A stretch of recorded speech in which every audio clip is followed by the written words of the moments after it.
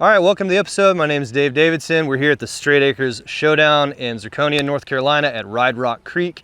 And this is my Zink Vacay TLD. This thing is just sick. So I'm gonna walk you through front to back, top to bottom, why I have things the way that I have them, and help you if you're on the fence about maybe getting one of these. Let's go. So up at the front here, we've got the Hopetech V4 piston brakes with 200mm rotors.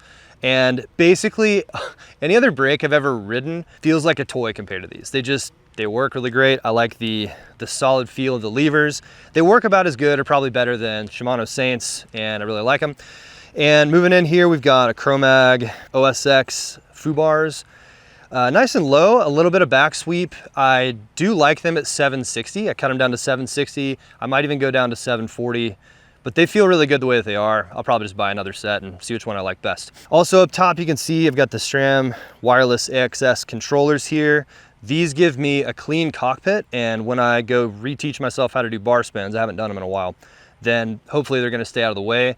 I plan to use that saddle for when I'm doing bar spins, so I don't have the risk of popping this thing up on me, and I'll just take this one off.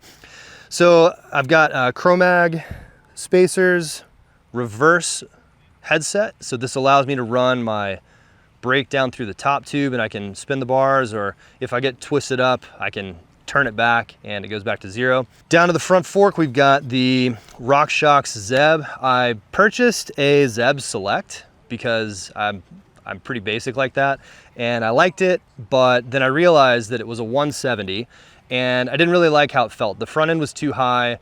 It felt kind of floppy when I was turning it, and I'm 6'3", so I needed something that felt a little bit more planted. So what I did is I bought a ButterCups 160 travel reducing shim and installed that, as well as I upgraded to the RC2 3.1 damper, which I think was like 300 bucks, so it wasn't too bad. It was pretty funny. Like I set it in my garage driveway and I practiced yesterday on this thing, zero complaints. Now, why would I run a RockShox Zeb, which is it's a beefy fork. Like this is a really beefy fork on a pretty lightweight flickable bike. It's really stiff, and I really hate the feeling of fork dive, and I really hate the feeling of any kind of twisting and torque when I'm changing direction quickly, and that's what this bike does really well. So I prefer the way beefier fork. I prefer just feeling like it's just gonna hold up there. I do like lighter parts. I enjoy them, but I don't ride quite as intensely as I did 20 years ago, so this one works great. Going down to the wheel set, we have Industries 1-to-1, and I've also got WeAreOne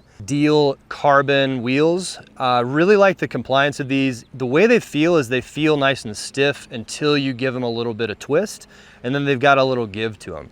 I like that because when I'm carving a turn, it doesn't give very much, but if I hit something really hard, it gives a little and then springs back in a way where I still feel like I've got some good control.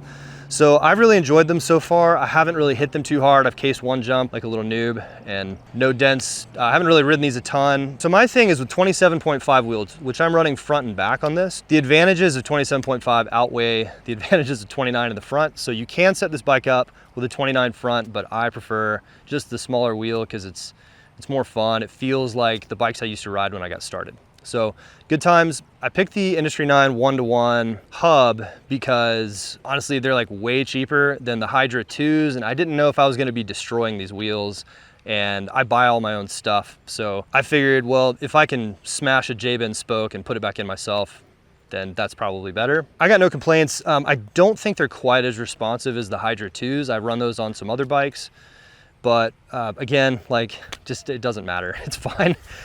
Coming back to the back here, I'm rocking SRAM, I think it's XO. Is it XO? Yeah.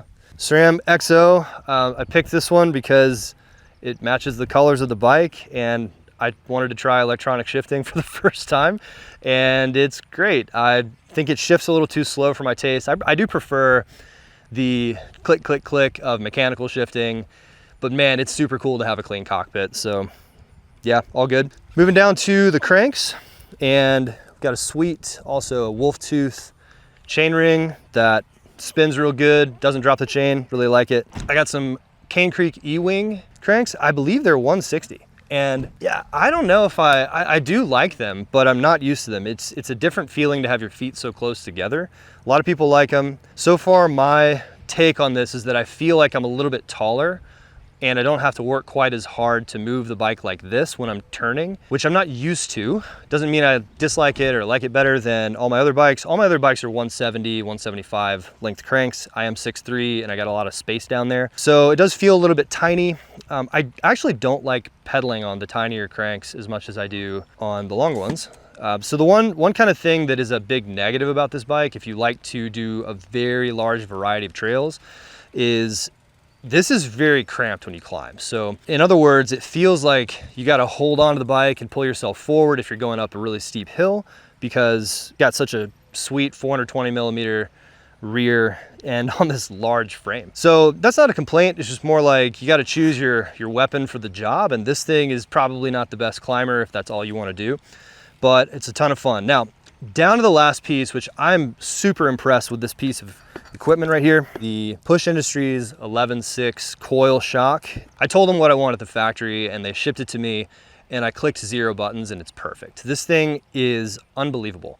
It tracks the ground extremely well. It ramps up like an air shock. It has all the livelihood that I could ever want. It's a little bit heavier than an air spring, but I don't care, because this bike weighs 37.5 pounds, so it's a bit of a tank. So I'm not going for lightweight here. I'm going for durable and fun, and it works great. So if you know how you like to have your bike set up and you just put it in the notes, these guys literally set this thing up perfectly. I have turned 0 dials, and I saved my settings in 3 places so I can't lose them because I love it. So super cool bike, gonna enjoy it a lot. Let's go see how it races today, and we'll see you on the next one. Thanks, guys.